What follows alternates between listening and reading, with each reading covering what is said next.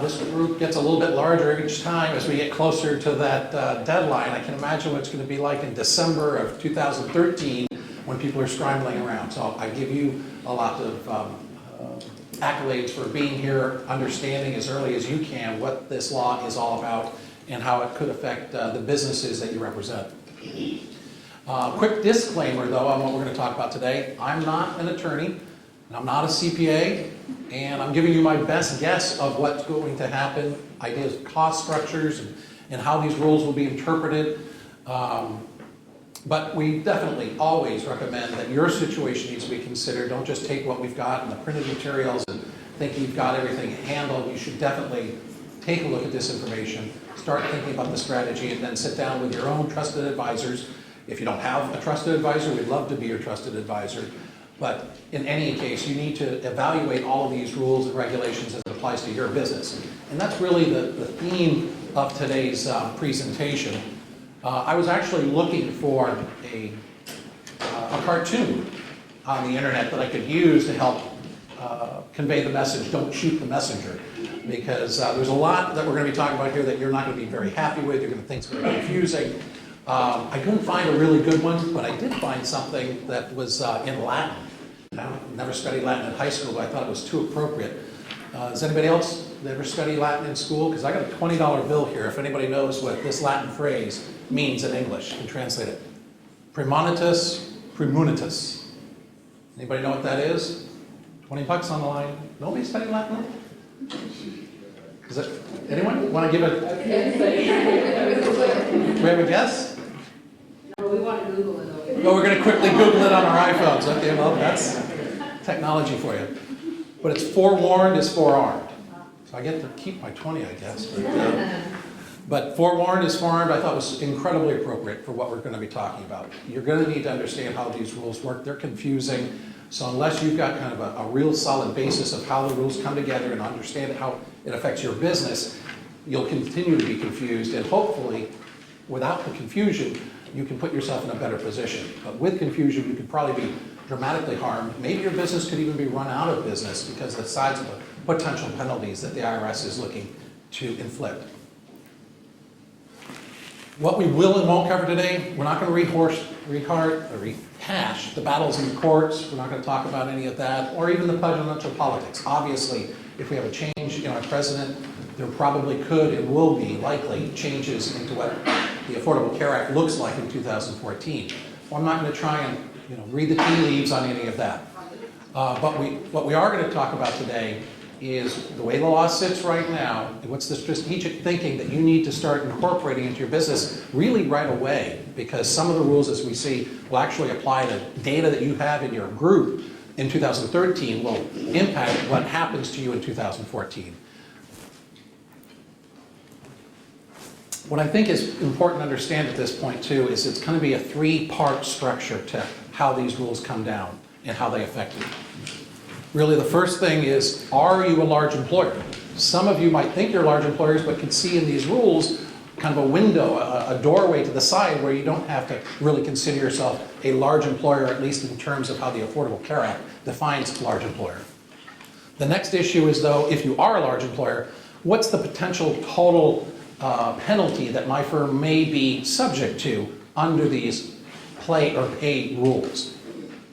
And then finally, the part that's really a wild card is that none of these play or pay penalties actually affect any employer until somebody who isn't covered or isn't covered sufficiently by his employer goes to an exchange and has a low enough income that they actually get a subsidy from the federal government. That's the trigger that sends the IRS out looking to see if there's somebody else who not only would help pay for that person's subsidy that the federal government had to step in and give, but possibly an entire workforce of 1,000 people would be behind that one single person. So these rules are very, I think they're complicated because the first time through it's going to be a little bit confusing for us. But let's see if we can work through that and give you some more solid grounding and make you feel comfortable that you understand how they come together. But ultimately what this really comes down to is whether or not you want to invite an IRS audit or whether or not you want to structure your business so that you can protect yourself from, if there was an audit, that you'd be defensible, or set up a business so that there would be no reason to even consider being audited because of the way you've already decided to kind of comply with all of the issues of the Affordable Care Act. So this employer mandate player pay, the Supreme Court was really talking about the individual mandate. That's a piece of what we'll talk about a little bit later. It plays a factor, but I think in terms of interest in this room, you're much more interested in how the employer rules for large employers could impact your businesses. This slide, by the way, is in your handouts, and it's going to be a little complicated, probably unattractive with all the words that will be on this one slide, but it is a single snapshot that really gives us an overview of everything we'll be talking about today. Euphemistically, this employer mandate is called the Employer Shared Responsibility section of the Affordable Care Act, and it was turned into Internal Revenue Code section 4980H. Starting in 2014, January 1, the Affordable Care Act requires large employers, those will be defined as those having 50 or more full-time equivalent workers, and all of these terms we're going to be defining and helping you understand. But the large employers, 50 or more full-time equivalent workers in 2013, to either play, which means provide benefits to their employees up to the standards expected under the law, or pay a penalty to the federal government. Subsection A deals with employers who don't go along with this and offer no coverage. There will be a penalty, a monthly penalty for every full-time worker of $166.67. By the way, you're not charged for the first 30 of your workers. Just a little feature of how they decided to work this bill out. If you do offer coverage, but for some reason that coverage is deemed unaffordable, and we'll again define what unaffordable means, but if it's deemed unaffordable to a particular worker, or if in general those benefits aren't up to the standards that the Affordable Care Act requires for all plans, then certain low-income workers could go to the exchange, get subsidies, and when that happens, you could be subject to a fine of up to $250 per month that the federal government, in essence, is, from their point of view, doing your job, again, under this concept of employer shared responsibility. So this one applies only to the people that your coverage is unaffordable to. The $2,000 penalty per year, $166 per month, would be for all the employees that you're not offering coverage to.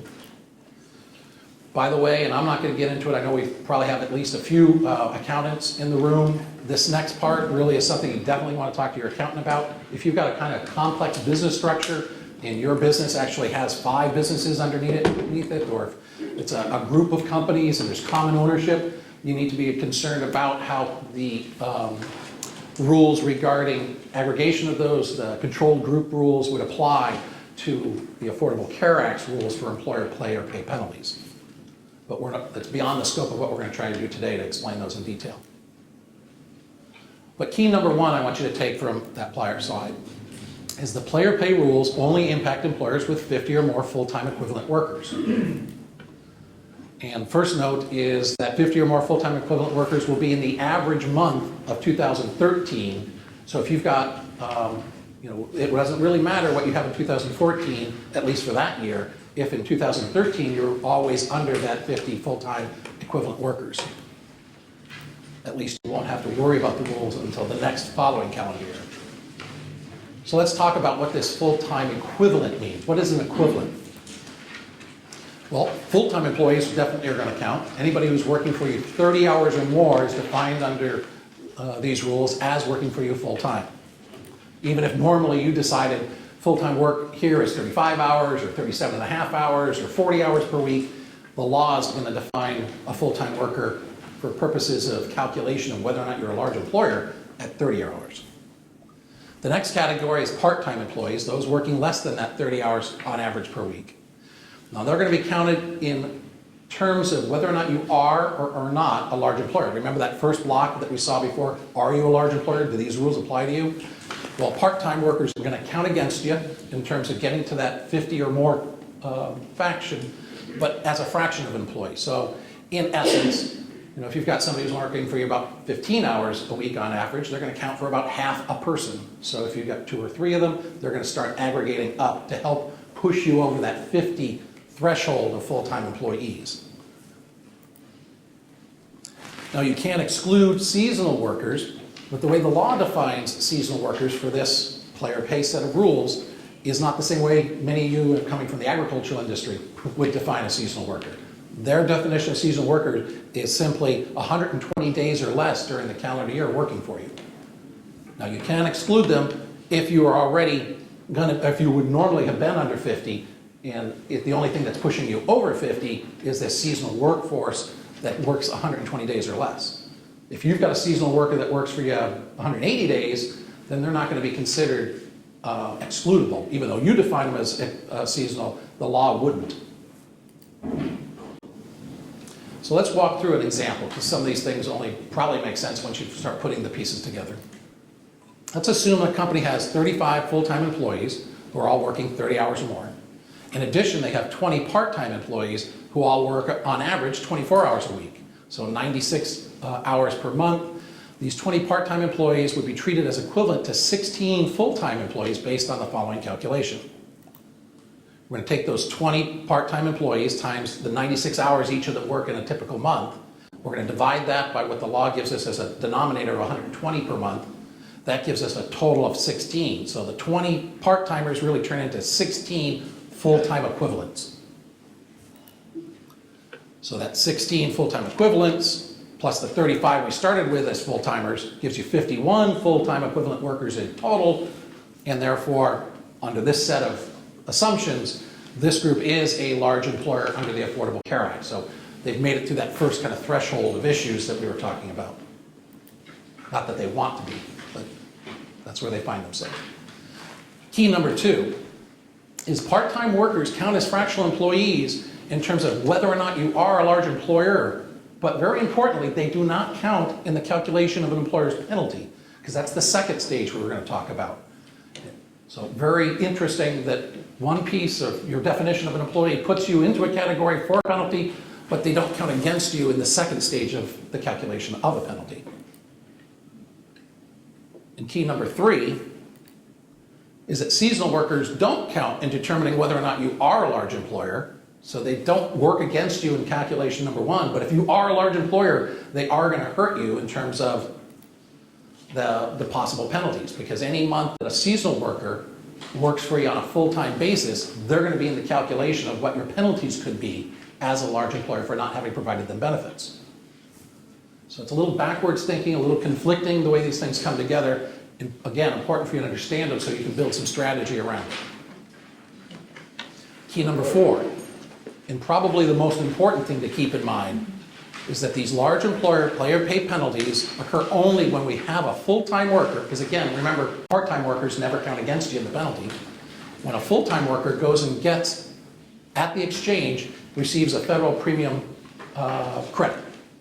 We're going to talk about what the person has to do to go get that credit, and that also has to factor into your calculations of what you think the strategy should be for your company. But all of those things have to occur for you to actually have a penalty as an employer.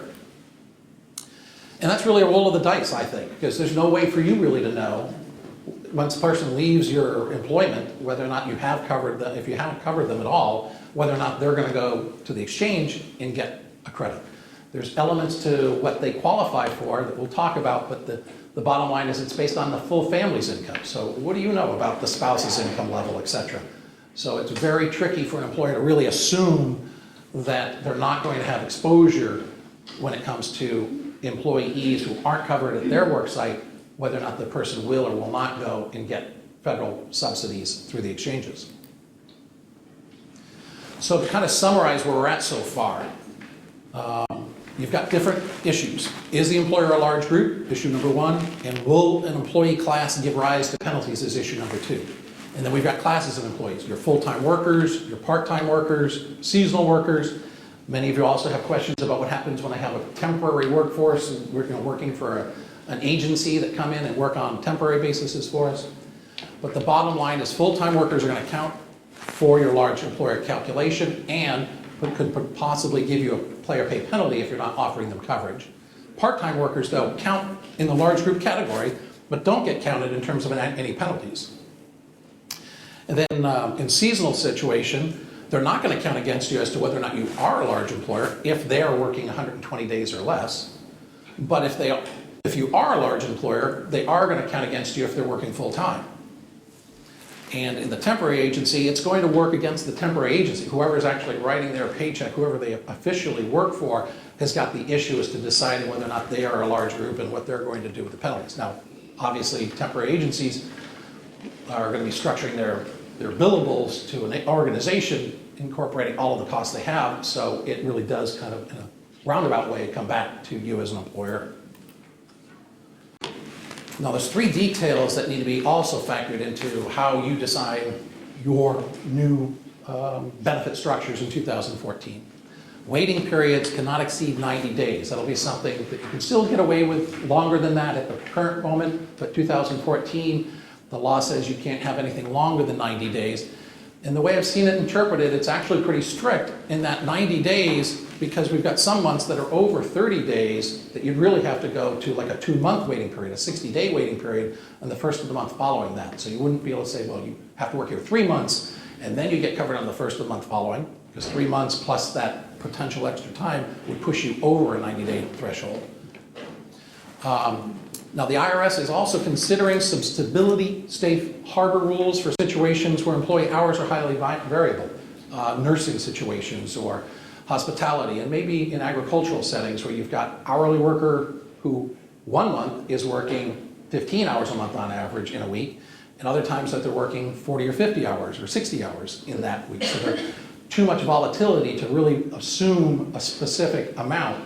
They're talking about measurement periods where you would look back a certain period of time. You could define 6-month look back or a 12-month look back, and then that would be able to give you a projection out into a looking forward period. But the looking forward period couldn't be any longer than the measurement period. But I mean, it gets complicated, and it's no fun if you're in the accounting department trying to figure out how to keep up with all this stuff. The bottom line, though, the way these rules work, you can definitely forecast additional overhead costs in terms of record keeping that will be necessary for any situation where you have a large number of hourly employees. You're going to have that stuff systemized at a level that probably unheard of in your business. To be able to look back and tell what actually was going on and be able to give information to reports, to CFOs, or to auditors that might come in at some time in 2014, 15, and 16 to take a look at whether or not we met all these rules. Another issue that needs to be taken into account is employers with 200 or more full-time employees need to understand that if they have a health plan that they're offering, they have to have automatic enrollment for any new employees coming in.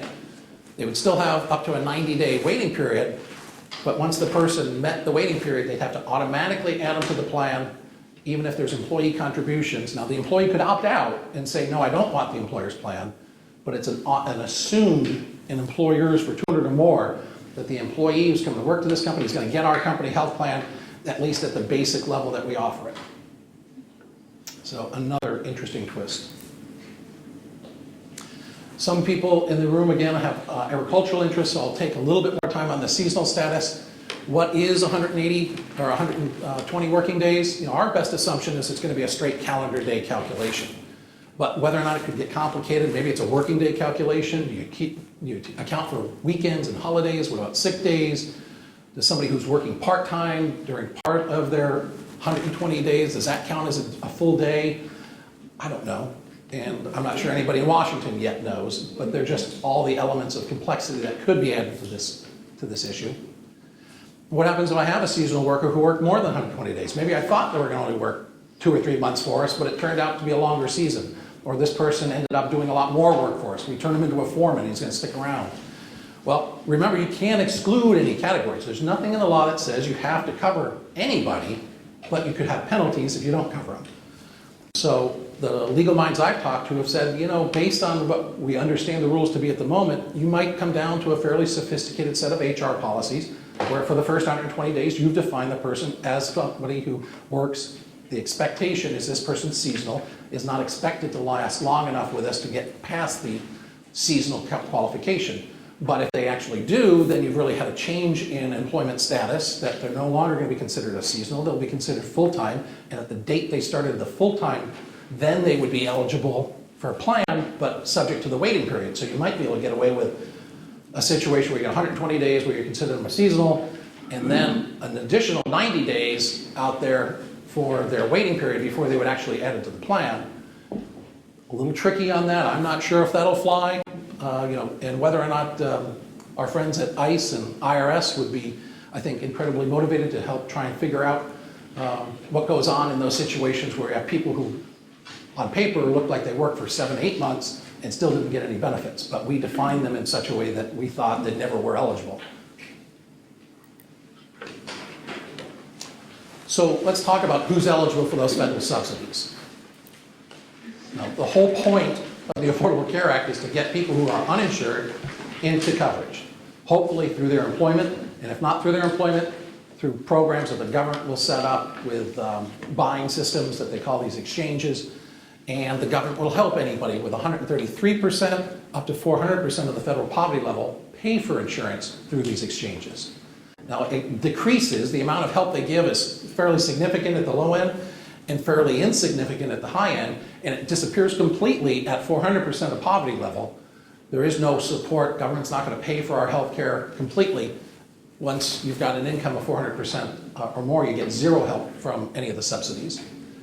But this system is estimated to give about 25 million Americans in the low income categories the ability to afford health care.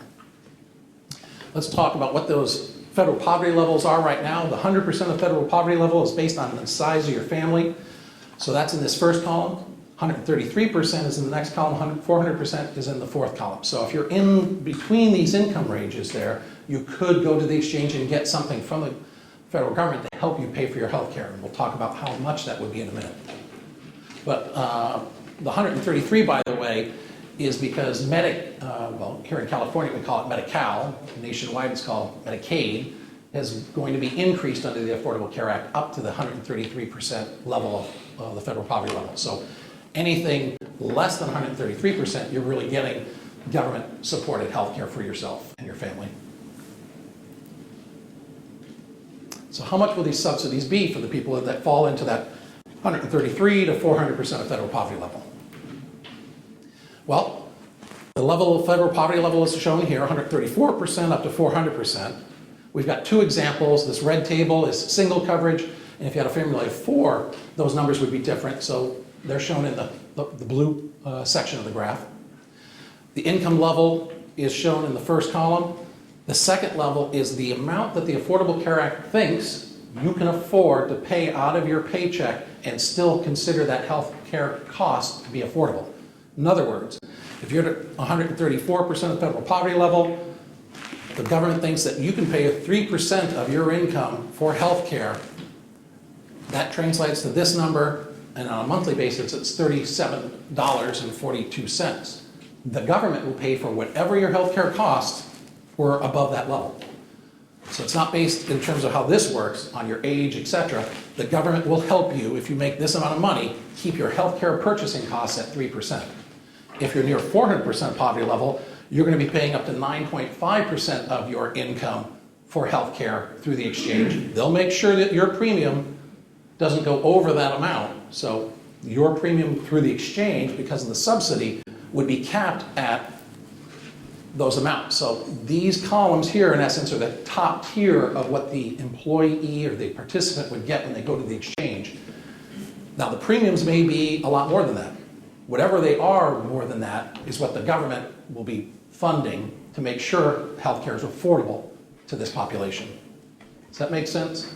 It's kind of a backwards way of thinking about it, but it's important to understand how those subsidies work. It really focuses in on a certain percentage. That percentage floats based on how close you are to 133% of poverty level and gets capped out at 9.5% if you're up to 400% of poverty level.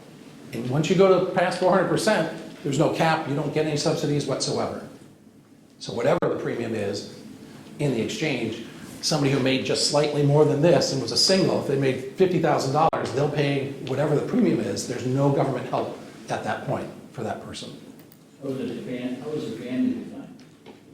How is a family? Well, there's the calculation of the family size, and God help them, they'll be in the exchanges going through the same kind of documentation that you would if you went to the Medi-Cal office, determining the size of your family, what other income you have, to help see if you qualify for these. How do they define family? in terms, well, whatever the standards are right now for the Medi-Cal systems is how they will define it. And I can't tell you in terms of like grandparents and things like that is what you're asking. You know, whether or not extended family members would qualify. Good question. Added complication, added government bureaucracy to help define what any individual's family size is. What is the definition of income? The definite, What is income? Just gross income, gross salary, adjusted salary? I'm sure it'll be the same kind of rules that we're working with now for Medi-Cal calculations. So, and I can't tell you that I'm an expert on what is and what doesn't qualify, but you're right, it does get somewhat complicated as to what is considered income, like is alimony considered income in a situation for a single mom taking care of 3 children, in addition to her wages that she might be getting. I don't know yet, but very good question. Key number 5 is this issue that healthcare reform has no penalties for large employers when the employees have income levels of 400% or more of poverty level. Because those people who make that much money don't qualify for any subsidies. There's no way that not providing them a benefit through your employment can hurt you because they can't qualify for a subsidy. We're talking about the family, not. the- Family income, right. Now there's some safe harbor rules already been, Very much, but Well, well, and very unlikely that most of you have any records of what the spouses are making at your companies. You know what you paid your employee, but who knows what the other income is for the family.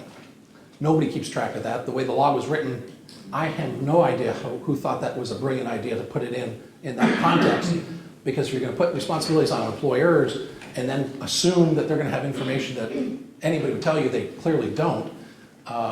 It certainly makes for a very difficult process to work yourself through. They should see the implication. Oh, they had a baby, so he had a 2-3 pound raise. I'm sorry? Now let's talk about the exchange programs in a little bit more detail. Exchanges are government-run, internet-based insurance shopping malls. That's the way this is meant to work, to help assist individuals and small businesses find the best possible coverage in this new marketplace. They're all supposed to be up and running by January 1, 2014. In fact, California was the very first one to pass legislation in its own state to help create the infrastructure, and the work that the California Health Benefit Exchange has been going on for years now, actually, and trying to develop all the different interconnectedness they have to do to be able to work out all the different issues and have an internet-based system where you can input your income, etc., and figure out if you qualify for a subsidy and what plan would be best for you and how to recalculate those numbers to make sure that they were accurate. All of that work's being done behind the scenes at the moment.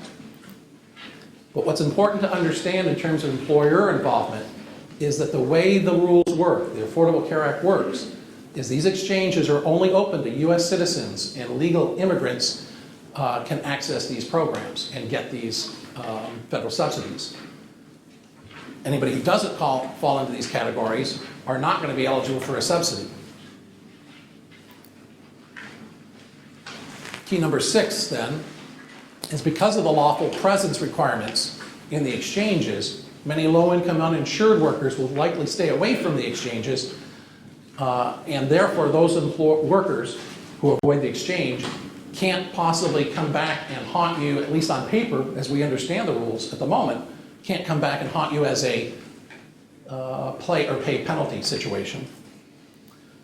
But clearly, I think all of us in the room can understand that there could be a breadcrumb trail that makes it very likely that you'd be paid a visit by IRS, maybe ICE, etc., to figure out how come you have 500 workers and they're all on your W-2s saying you make X amount of money. They look like they could qualify, but none of them are showing up for the exchanges. It presents a picture that it's hard to see how it won't be burdensome for an employer to help define how that many people who make that little income, but nobody actually went to the exchange. Let's talk about the benefit levels, because that also factors into what you want to do to avoid or work with these rules. They're talking about bronze, silver, gold, platinum benefit levels. Details are yet to be fully defined, but virtually nothing is going to be excluded, even from the bronze level coverage. Basically, we're simply talking about different levels of coverage. 60% of the claims, 70% of the claims, 80%, or 90% of the claims in terms of bronze, silver, gold, platinum. What they cover, what's considered an eligible claim, is going to be identical with all the plans. And the expectation that the out-of-pocket costs, that this 60% would last until you hit a certain out-of-pocket maximum, and once you hit the out-of-pocket maximum, all these plans would convert to 100% coverage, lifetime, no limits to them.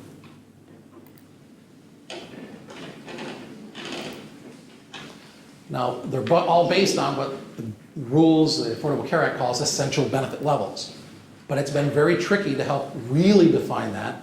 In the law, it's spelled out 10 classifications for expenses. Certainly things like emergency room and hospitalization, prescription drugs, we all knew that was going to be part of what the health plan was meant to cover.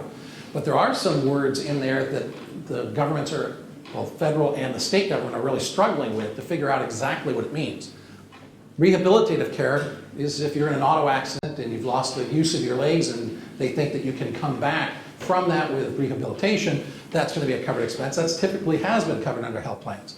But habilitative care is a situation where you were born with a defect. You don't have the ability to either speak or write, etc. So learning disabilities, other categories of expenses that haven't typically been covered under health plans because you were born in that situation, it wasn't a result of an illness or an injury that you lost a capability. In those situations, they haven't been covered under health plans, but they're added in terms of the way this word is being interpreted, and the understanding of how that works with autism claims, etc., is what they're kind of struggling with now.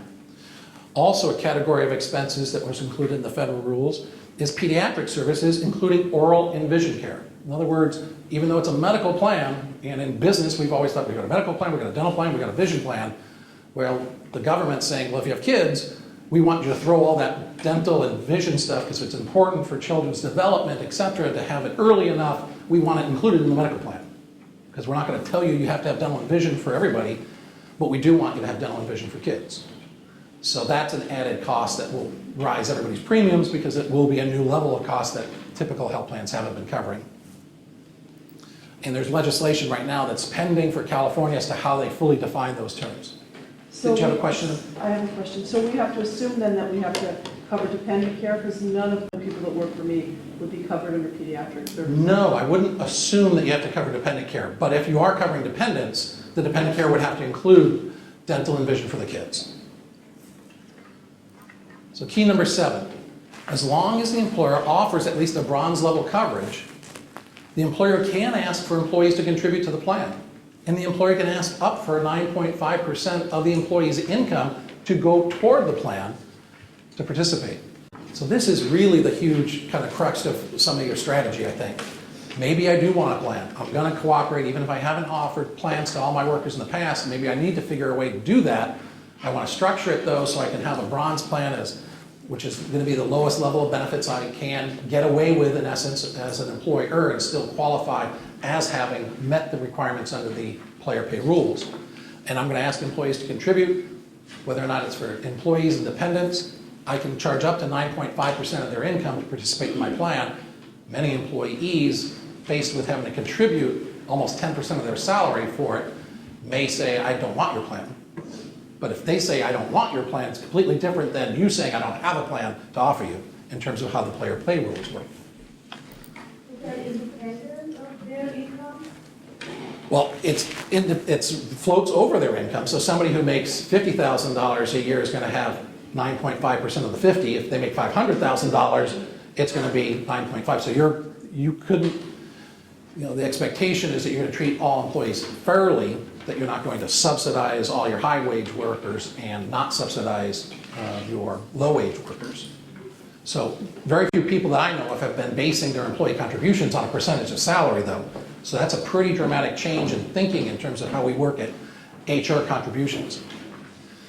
Now let's talk about the individual mandate for a minute, because it has a kind of a counterbalance effect on what's going to ultimately happen here.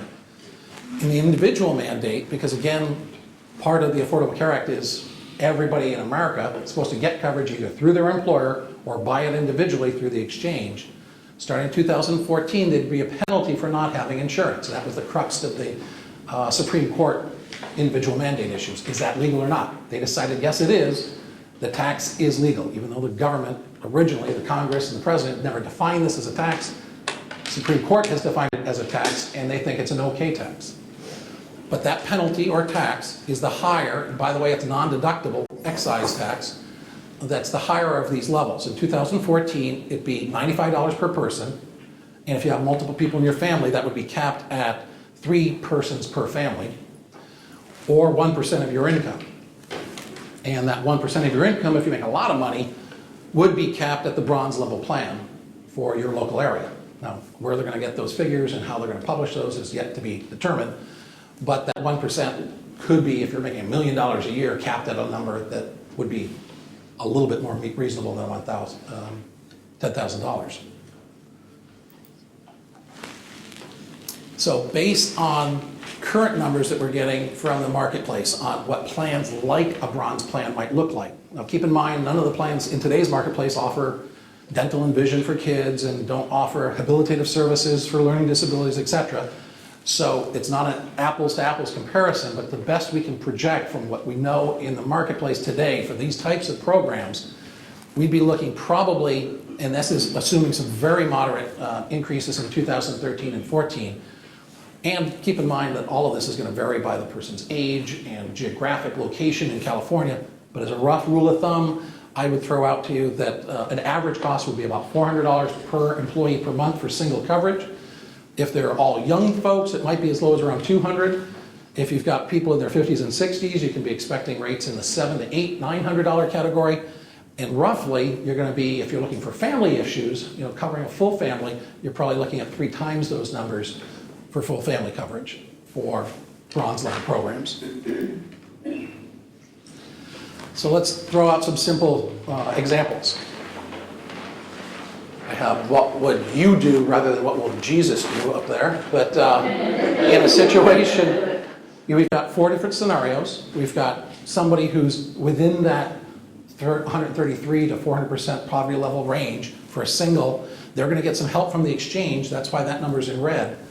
So at the exchange, they'd be paying, and I think at that category, it's about 5 or 6% of their income would be eligible for paying. The government, in essence, would subsidize their premium so it wouldn't go over that amount.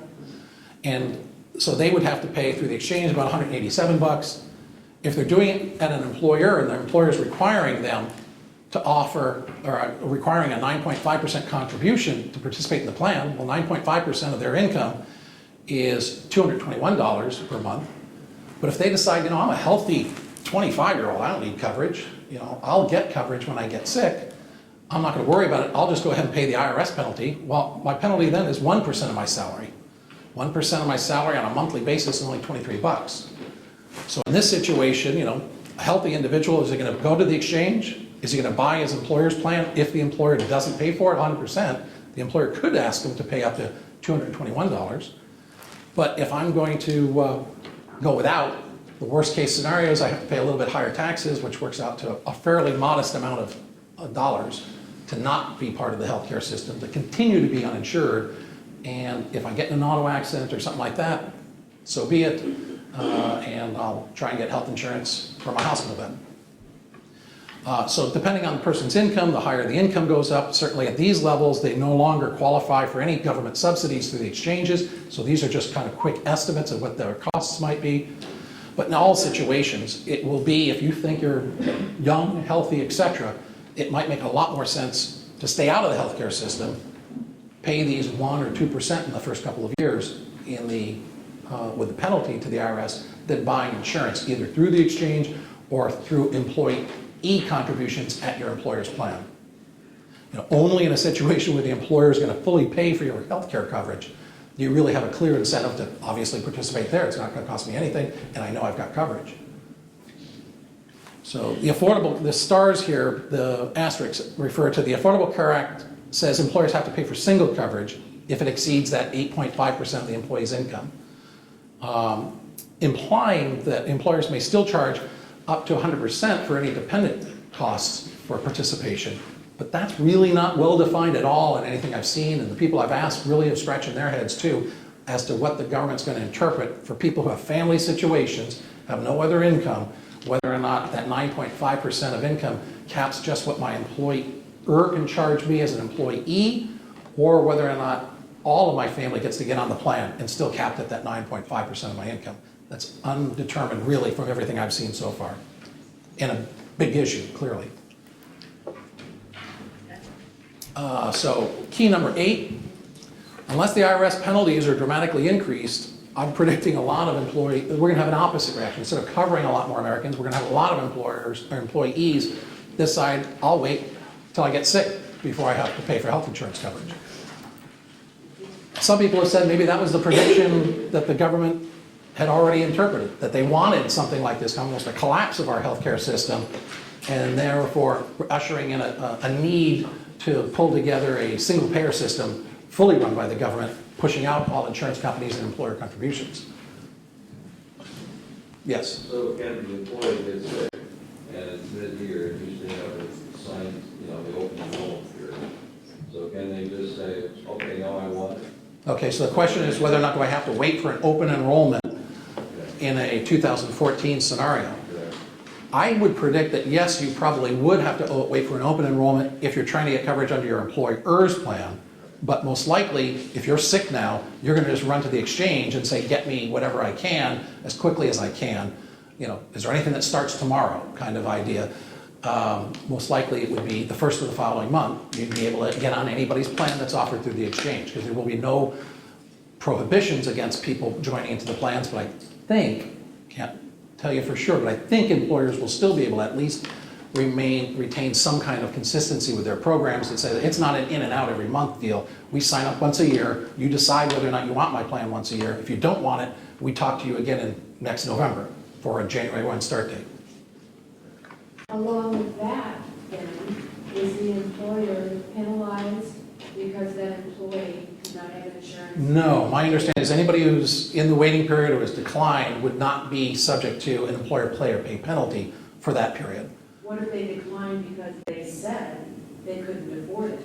Are there guidelines for an employee? Well, it won't be what the employee defines as what is affordable. It would be calculated on his salary. Is it 9.5%? Is the employer asking for more than 9.5% of his that employee's salary? That's the guideline for affordable. So an employee cannot just say, I can't afford it. Correct.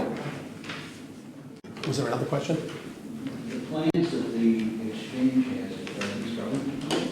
No, the exchange will be working with we don't know which carriers yet, but they're working with all of them at the moment to see which plans might fall into the exchange. The exchange can't force Blue Cross, Blue Shield, Health Net, Kaiser to participate in the exchange. But all of them want a share of this huge chunk of business that will be coming in this 2014 scenario. So all of them are applying for coverage.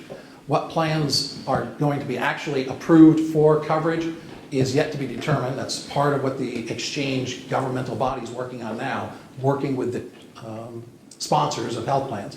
Blue Cross, Blue Shield, Health Net, Kaiser, all of the carriers will probably look to be represented in the exchange, but there's a whole lot of competitive issues to be determined, especially if that exchange becomes kind of a dumping ground for the higher claims cost issues. There may be a competitive advantage for a major carrier like a Blue Cross to say, I'm going to step back. I'm just going to work with my own direct client relationships, people who come to us direct. We're not going to participate in the exchange. So who's in and who's out and what those benefits look like are fully yet to be determined.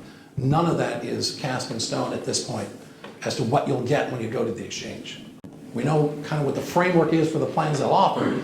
We have no idea what networks, et cetera, at this point in time. Question? Yes. Only low-income individuals receive subsidies if they go through exchange? Yes, you can't get a subsidy unless you go to the exchange. You can buy a health plan, so somebody who's making less than 400% of income can go directly to Blue Cross and say, I want a health plan, but the government's not going to help them in any way, shape, or form pay for it. If that person in that income category did go to the exchange, then yes, they could get support from the government's Affordable Care Act to help pay for that coverage. So you only get a support as an individual going into the plan when you go to the exchange. I have a question. Another question? Sure.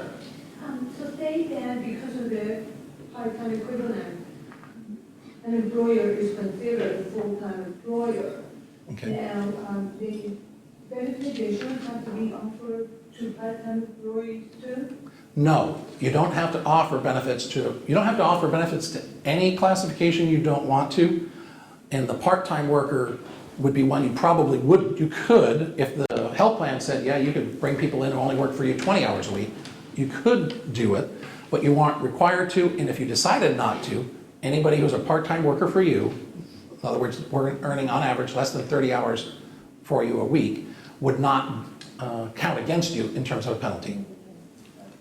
Let's talk a little bit more about enforcement. People have already heard this number. I'm sure that there's estimated 16,000 new IRS agents who will be hired as part of the enforcement arm of IRS for the Affordable Care Act.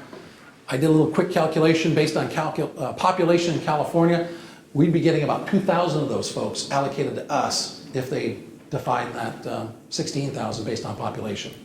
So we'll have plenty of coverage all over the state in terms of IRS agents ready, willing, and able to help you figure out whether or not you owe a penalty. Now, what are they going to be basing their information on? They're not just going to walk in the door and walk in blind. Keep in mind that coming up this next year, January 2013, you're going to be issuing W-2s for the 2012 year. If you have 250 or more workers, then you're going to have to include whatever you paid for health insurance on those W-2s. There's a special box, again, work with your accountant team, and one of our handouts, there's like 9-10 pages of specific information on how to go through the calculation of what actually is going into that box on the W-2. Keep in mind that the information in that box doesn't mean the employee is going to be taxed on that contribution that you've paid for health insurance. We're not taxing health insurance yet, but it is being reported to the government. Why? Because the IRS agents need something to go by when they figure out who's getting paid and whether or not the employer paid for a benefit plan for them or not. So it's all part of feels like a net closing around us a little bit. Go ahead. Just real quick, on that 250 plus employees, are they talking about how many people have been through your doors in that year? In other words, you have 250 plus W-2s going out? Or is it in fact 250 employees on the books? I'm not sure. I think it's W-2s, but I'm not positive. I wouldn't doubt that the materials, because it's pretty detailed in the handout we've got, probably does define whether it's just W-2s or full-time employees, but I'm thinking it's W-2s. Let's talk about, now that we've kind of understood the groundwork here, some avoidance strategies, some things that employers may want to consider in terms of all the options available to them, how they would get away from a lot of these penalties. Well, you can limit the size of your workforce to less than 50 full-time equivalent workers. If you can do that, you don't have to worry about these penalties. You can move everyone, or close to it. Maybe you keep a core handful of employees at full-time, but move everybody else to part-time. And we've got a large production operation here. We normally hire 300 people on an ongoing basis. Maybe we're going to go to 500 people, but nobody works for us any shifts that add up to more than 30 hours in a week. And we're going to just get a lot more people employed, but none of them are going to qualify for benefits because we put everybody on part-time. I don't know if that works for you. I mean, it seems like a pretty glaring issue. Maybe the IRS will shut that down at some point in the future, but the way the rules are to be understood from my point of view at the moment, that's a strategy. Pay all employees 400% of the poverty level. If you can afford to do that, that'd be great. And you might want to do that if you're close. Decide, nobody gets benefits, but everybody gets a pay increase, and we're going to keep our income at 400% of the poverty level. I don't know if that's viable or not. If you already are, a white-collar environment, et cetera, you might already be pretty close to that. You might not, even if you think you'd have potential penalties, you may realize, after I've done the calculations, I'm in the clear. None of the employees who work for me, based on the amount I pay them and the amount I know they have from other income from spouses, actually fall into the category that could actually ever be a problem to me. So I'm not going to worry about it. But most likely, I think employers are going to be looking at that bronze level plan structure and then asking employees to contribute. Now, they don't have to ask them to contribute 9.5. You might only ask them to contribute 2% or 6% or whatever seems appropriate for your employment situation to retain and attract important workers, et cetera. You're going to come up with a number that works for you, but the bottom line is I think a lot of employers are going to be forced in that situation. And people will be able to buy up possibly to a richer level, it just won't come out of the employer's pocket for it.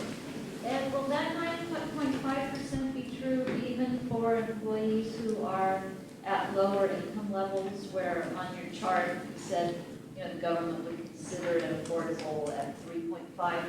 Yes, my understanding, even in the lower income levels, an employer can charge 9.5, but the employee would be able to get, if they didn't get coverage through the employer, go to the exchange and get help. But then you still wouldn't. But as long as you offered it at 9.5, it wouldn't be a penalty back to you.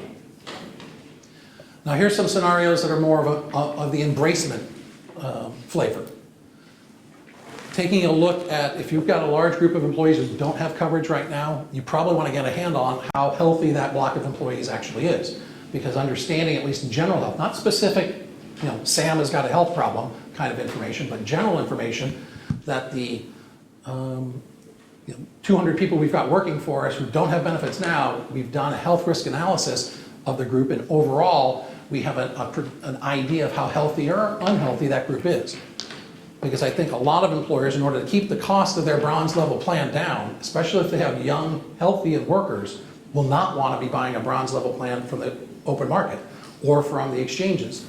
They're going to want a plan that they can get and control the costs and actually only pay net actual costs of their employees' claims through self-funding. We'll talk just a little bit more about that in a minute. There's also a new idea out there called a health insurance co-op. It's kind of like a credit union concept. As that applies to banks, this is a co-op that would apply to the health insurance world. That would be an insurance company owned by its members and run by its members. So key number 9 is, if you want to offer good benefits that are at a reasonable cost, you'll probably want to be investing right away in some form of wellness program, some kind of health risk assessment to get an idea of your large populations that have no coverage now, what are the health risks in that group.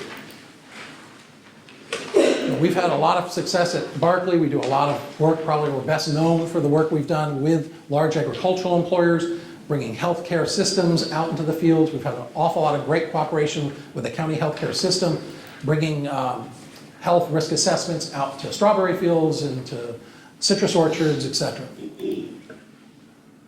And the systems now are amazing. The amount that of information you can get from one little drop of blood within 7 or 8 minutes with these computerized machines is pretty phenomenal and very accurate overall.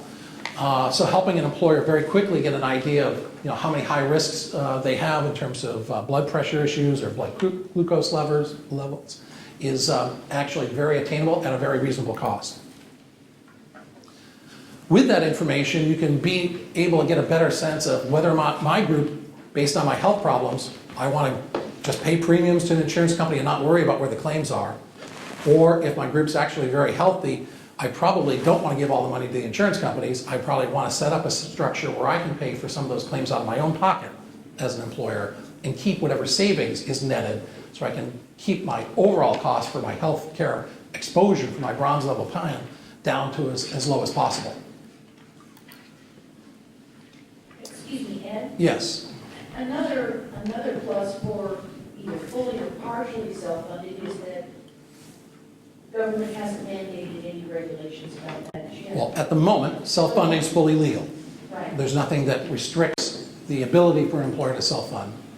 Now, there are rules in California's legislature that's looking to restrict how a self-funded employer would insure, or how they would do it if they're a small employer. In other words, 50 or under, there are some rules and regulations that are being pended to whether or not somebody who only had 40 employees could self-fund.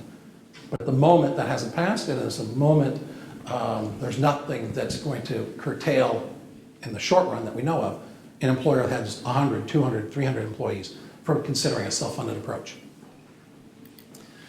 Key number 10, if you want good benefits, you might want to look at the health insurance co-op concept, because these will be nonprofit organizations. Now, we're working at creating a health insurance co-op here in Ventura County that would actually be, hopefully, maybe statewide. Co-op is actually a term coined in the Affordable Care Act as a consumer-operated and oriented plan. Co-ops are, again, like a credit union, but to the world of insurance. The Affordable Care Act actually authorized $3.4 billion of federal funding through the Department of Health and Human Services to help identify, facilitate, and approve startup co-ops around the nation. We saw that in the Affordable Care Act and jumped on it well over a year ago to help the organizational structure. We've got one of our board members here. Al Barkley is another one of our board members. I'm not sure if I'm missing one or two other people who are in our audience that are helping us move this thing forward. But we're looking to see if we can get a share of that federal funding to help create a co-op that would apply to the specific kind of needs we see for a majority of our population. We've turned the project ASEA Salute towards health in English. Hopefully, coming in 2014, it'd be a brand new health insurance company approved under the laws of California's insurance organizations. It would be member run. The board of directors would actually be voted on from membership come 2015. It's created specifically to deal with especially employers that have large Hispanic workforces in California. Doesn't necessarily have to be agriculture, but anybody who's got a large workforce with low-income individuals may find ASEA Salute a very good option. Again, the startup money won't come out of employers' pockets. It'll come up out of the federal government's funding to help get these things up and running. Once it's up and running, all the premiums are paid for by employers and employee contributions. So it's not long-term funding from the government. It's not subsidizing. Government's not subsidizing the plan. It's just creating the infrastructure to create the plan at the onset. Again, for low and middle income workers, focused on Hispanic cultural needs, and in Ventura County in particular, because of our great relationship with the Ventura County healthcare system, we think we've got a great provider network that will help support this type of program. And we think because of that, it'd be dramatically different in terms of design, management of these types of programs than your for-profit programs like Blue Cross or Health Net or Cigna. The main concept of the ASEA Salute is to create an exclusive provider network. So instead of having a big Blue Cross network or a big Blue Shield network or Cigna's network, instead of having 80% of the doctors out there, because how efficient can you be in driving discounts when you get 80% of the doctors to say yes to it? Our concept is to use a much smaller, much more focused network, the providers that are already seeing the same patient load right now. So the Ventura County Healthcare Agency would be critical in our area. Around the rest of the state, we'd be working with the federal organization of the Health Resources and Services Administration, which oversees all of the federally qualified healthcare centers in the state and the rural health centers in the state. By creating a network that normally serve the public sector health plans like Medi-Cal and converting it into a system that could serve a private sector employer-funded health plan, we think we can drive much lower costs into the system and still give people the quality services that they need.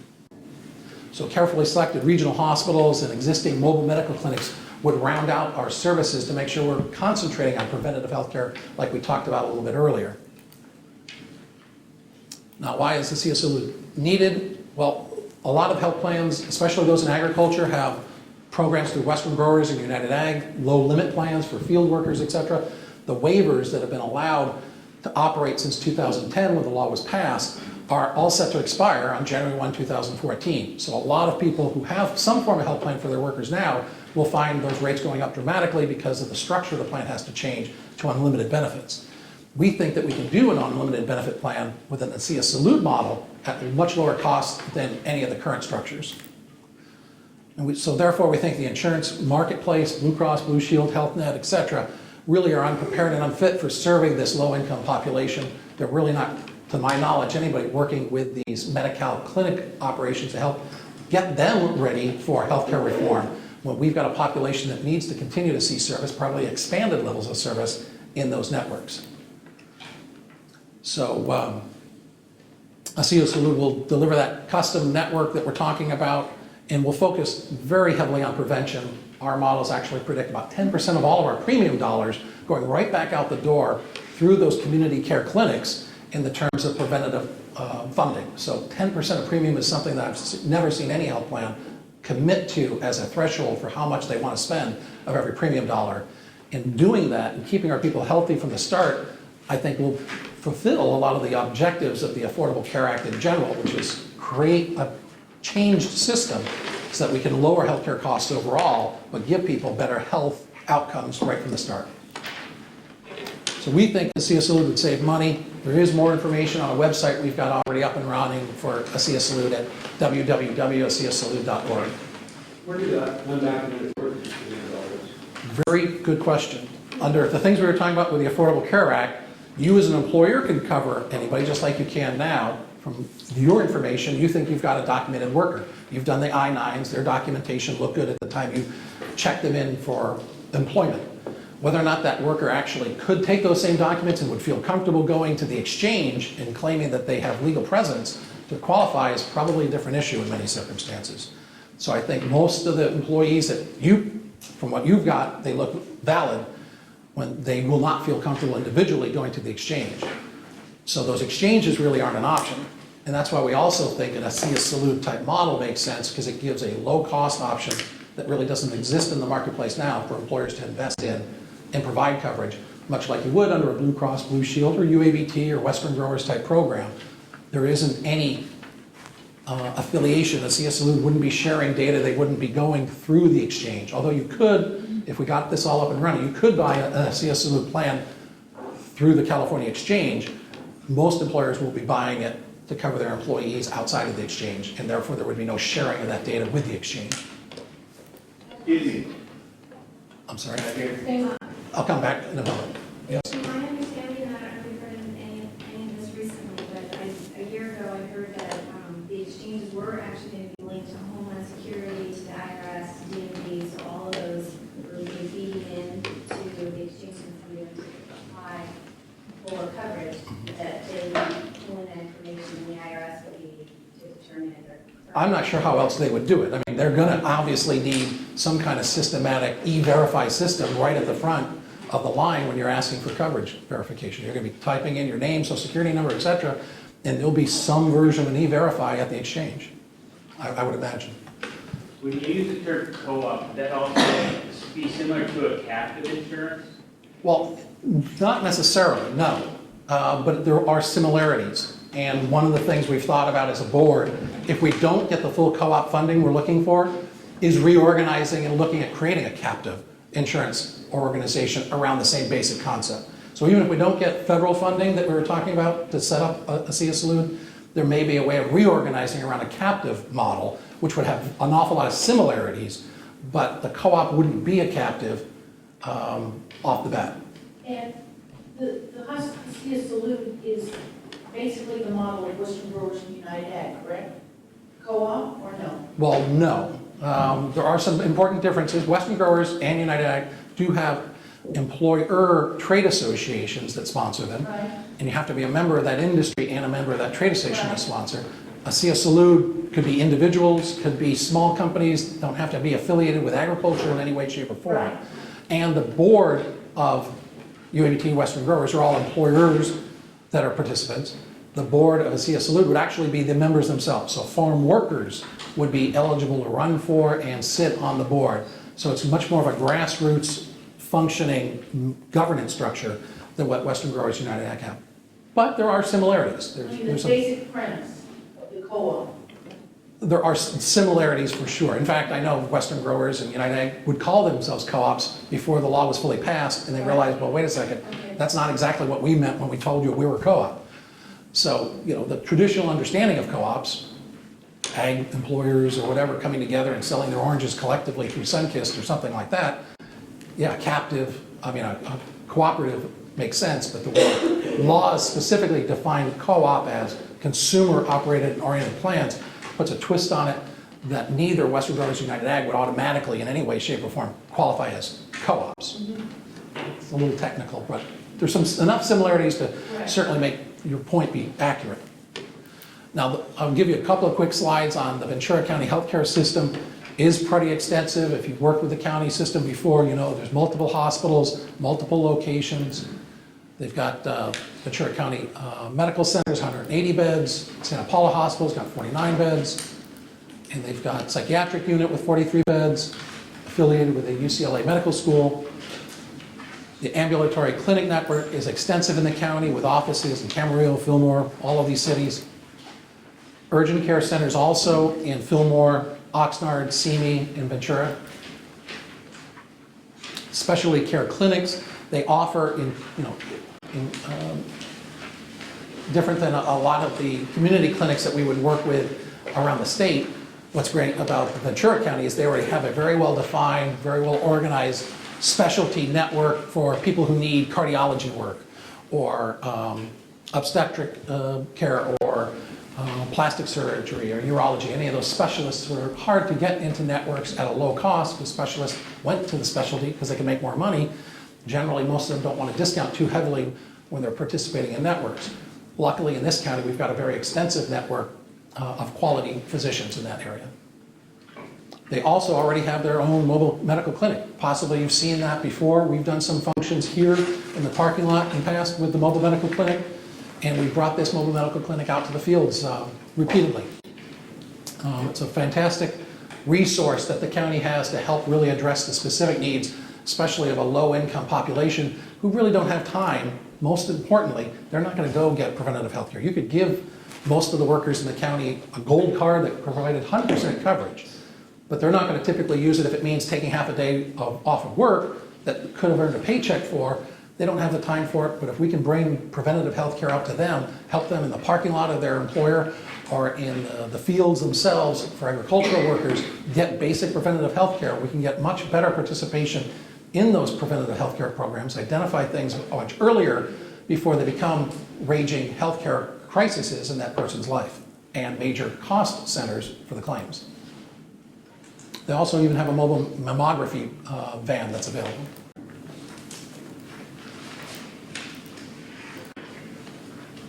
Let me run through, in closing, 3 examples of employers and how they might see options to deal with healthcare reform. Let's talk first about a borderline large employer, maybe who's right about the 50, a little under, a little over. What's that employer to do? Maybe they currently offer 10 employees in their office, etc. coverage, but they've got a full staff of 55 employees. Now, one option would be to lay off some people. Lay off 6 people for 7 months out of 2013, and therefore you wouldn't have enough people to qualify you as being a large employer in 2014. At least that would save you the hassle of having to deal with it in that first year. You could also pay the penalty. Just say we're going to deal with it. The penalty actually wouldn't be on the difference between 10 and 55. You'd actually only have a penalty of 15 people, and that would be 55 people you have, minus the 10 people you're providing coverage for, minus the 30 employees that we said earlier. It's kind of a freebie that the government gives to people who don't have plans, that you don't get charged for your first 30. So the net amount would be 15 people that you'd have to pay that monthly penalty for over a 12-month period, would be a $30,000 cost. That might be what the employer decides. Or we could instead decide to reduce hours for 20 current workers. So out of the 55, there's 10 who are going to be long-term full-time employees, but the remaining 45, we're going to take 20 of them and reduce their hours, but hire an additional 10 part-timers in order to make up for the hours that these people are going to lose. Now we've got 30 part-timers working for us, so we'd have 35 full-time workers. We'd have 30 new part-time workers. The part-time workers, if they work 25 hours as an estimate during the course of the month, they translate to 27 full-time employees. The 35 plus 27 would make them a large employer, so they are going to be still subject to a penalty. But keep in mind, the Affordable Care Act does not apply any part-time penalties or any penalties to part-time employees. So those 30 part-timers don't cost you anything. You're already providing coverage for 10, so the net amount of people who would be subject to a penalty is only 25, and you get a freebie for the first 30. Does that make sense? That's a pretty convoluted one, but understanding the rules in terms of how you can twist them around, you may be able to find a way that converting some of your workforce to part-time workers and even hiring more part-time workers might make sense. I would need to hire someone just to manage that. Right, you might. That's one of your extra part-timers, yes. I have a question. What if a defined part-time employee is allowed to work more hours than what that part-time is? So now they're working, say, 35 hours a week. Are they no If it's on a consistent basis, you may have a situation where the employee is saying, wait a second, you're defining me as one thing, but I know I'm not. I'm working more hours than so-and-so and so-and-so, I need benefits now. Yeah, you're going to have some issues to help them understand that, well, from now on, we're going to call you a full-timer, because we have moved you into a full-time status. Therefore, as of the first of last month, we'll say your 90 days has started. If you continue to work these hours, after a 90-day waiting period, we'll add you to the plan. So you'll have to have very good, accurate tracking of hours and monitoring when you start seeing people go more than those on a consistent basis. Do I need to redefine them? Example number 2 would be a large farm labor contractor. Oh, we've got a question. Okay, go ahead. What about eligibility contracts with the fair play rules override such contracts in 2014? Well, I'm not sure what you mean by eligibility contracts. For example, we are union-based plan, so we have a contract stating with the union that. Okay, so a union negotiated environment. How does the Affordable Care Act interact with union negotiated programs? I think it's going to be a very good question, but I think most union contracts, I probably want to get back to you on that, to be honest with you, because I'm not sure. I want to say one thing, and I think it might be a little risky to say that will override. I think most union contracts are going to need to be, well, let me put it this way. I've encouraged everybody who's asked me anything regarding their union contract to specifically state that as of the end of October, from October on, let's say, of 2013, we need to have a reopener of our contract because neither side knows what the Affordable Care Act actually will be doing to us, and we need to be able to renegotiate our programs at that point. So it would really probably come down to what you put in your contract. There may be something that you've locked yourself into, promising a certain level of benefits, but if those benefits aren't up to the Affordable Care Act level, you may find yourself fulfilling your contract with the union, but still being seen as unaffordable or underinsured in terms of the minimum essential coverage benefits, for example. And in that situation, it would be as if you'd paid nothing for employees' health care coverage, unless you opened the contract and voluntarily said, we're going to offer you more benefits. So probably a very complicated set of circumstances. You definitely want to talk to, not just your accountant, but your legal team to see how our contract's going to, that override or overlaps January 1, 2014, what the possible impacts are. For a farm labor contractor, let's say they have 1,000 workers that work typically 7 months out of the year. So more than, they call them seasonal, but the government wouldn't consider those workers seasonal. Currently offers coverage to their full-time office staff of 35 employee year-round. What could they do? Well, they could pay a penalty for 970 workers for the 4 months. Let's say they give them a 90-day waiting period, so they got to cover them for the 4 months that they aren't eligible. That would be a $646,000 check to the IRS. Nobody gets any benefits out of that. That money doesn't go anywhere but back to Washington. And you've spent all that money and gotten nothing to your workers for it. But that might be a strategy, and you just add it to your overall healthcare costs or overall operational costs. Or instead, maybe you're going to hire a lot more workers than you normally have and put everybody on a part-time schedule, as I had mentioned before. I think from what I've heard from the employment issues with agriculture in particular, that's not a very likely scenario that we're going to get that many more workers who are willing to work part-time. I've even come up with some scenarios, though, where maybe you could have multiple agencies that you're working with, and an employee works for Smith Consulting on Monday, Tuesday, Wednesday, and then switches over to Jones Consulting on Thursday, Friday, Saturday, works 6 days a week for 2 different organizations. Neither organization pays a paycheck that's based on more than 30 hours a week, but collectively is working 50, 60 hours a week. I don't know what creative ideas will come out of the industry to try and get around some of this, but I think all of it ultimately will probably transfer back to, do you really want to deal with an IRS agent at the end of the day saying you look like you got a lot of employees, but nobody's going to the benefit programs and nobody's going to the exchanges. So I think the most logical one would probably be to create a self-funded plan that conforms to the Affordable Care Act's essential benefit rules, requires employees to contribute, and probably is based, as we were talking about at Sia Salute, on a very limited network so we can hold down costs as much as possible. That might be a much more efficient way than spending this kind of money and getting nothing out of it. The final example we've got is, let's say we have a large employer, it pays high wages. Currently they pay for employee coverage for all 75 of their workers, but they're just concerned what the heck's going to happen to healthcare costs come January 1, 2014. We could enact new employee contribution rules based on salary, and the employer again could be considering any number up to 9.5% as the new threshold for participation in the plan. That's certainly a way that the employer can limit their overall exposure, maybe even less than what they're paying right now, depending on how high they want as an employee contribution. They could consider dropping coverage, whatever they're offering now, to a bronze level plan, which again is going to be a 60% benefit type program with a $6,000 out of pocket, and let employees buy up coverage if they want something in the silver, gold, or platinum levels. They could also investigate, maybe with an employee survey, what the total family income rules are and figure out whether or not they've got a 400% of poverty threshold that they would have to deal with a handful of employees. So key number 11 really boils down to strategic decisions really need to be starting now about how you're going to deal with healthcare reform. Your hiring practices, your health plan eligibility rules, your contribution rules all need to be rethought. And without question, great record keeping is going to be essential in case of an IRS audit. All of these things are very, very important, looking ahead at 2014. And a final key is stay informed.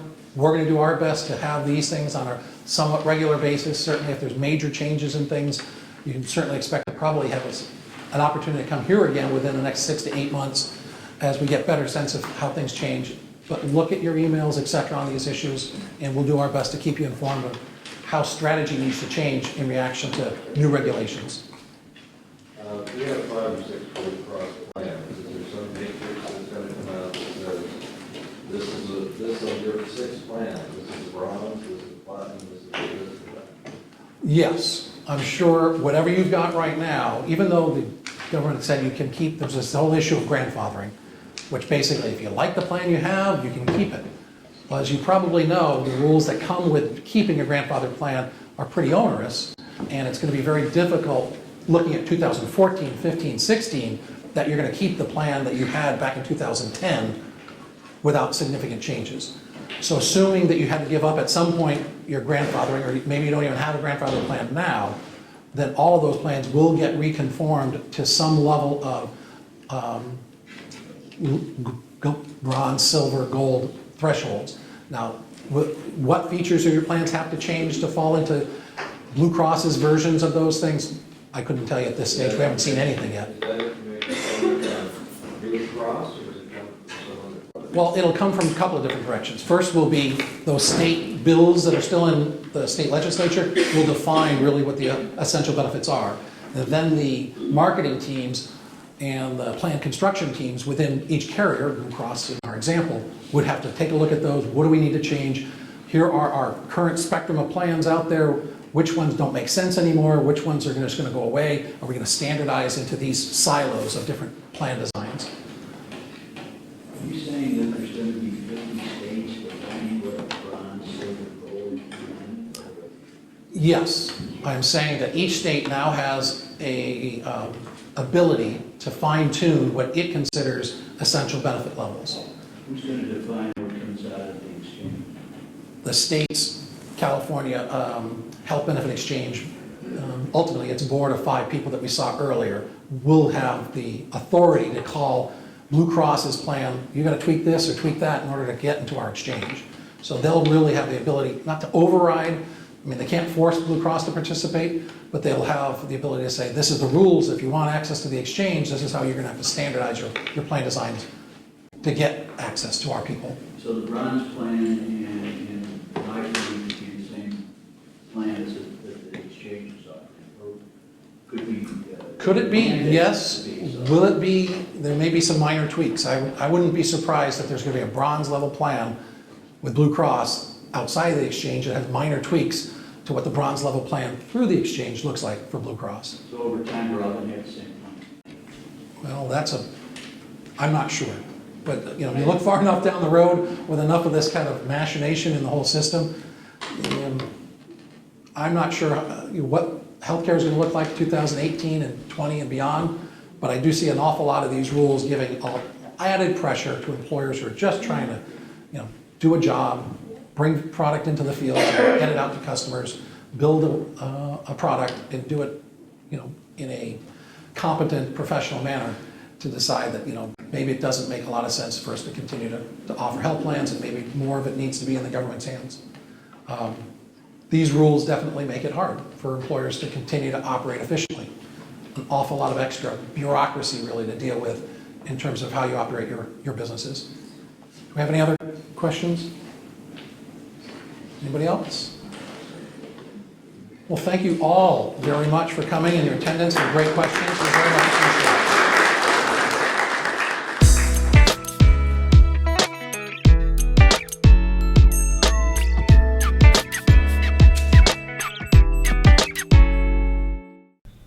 Thank you again for attending today's seminar. If you wish for additional information, please give us a call. Thank you.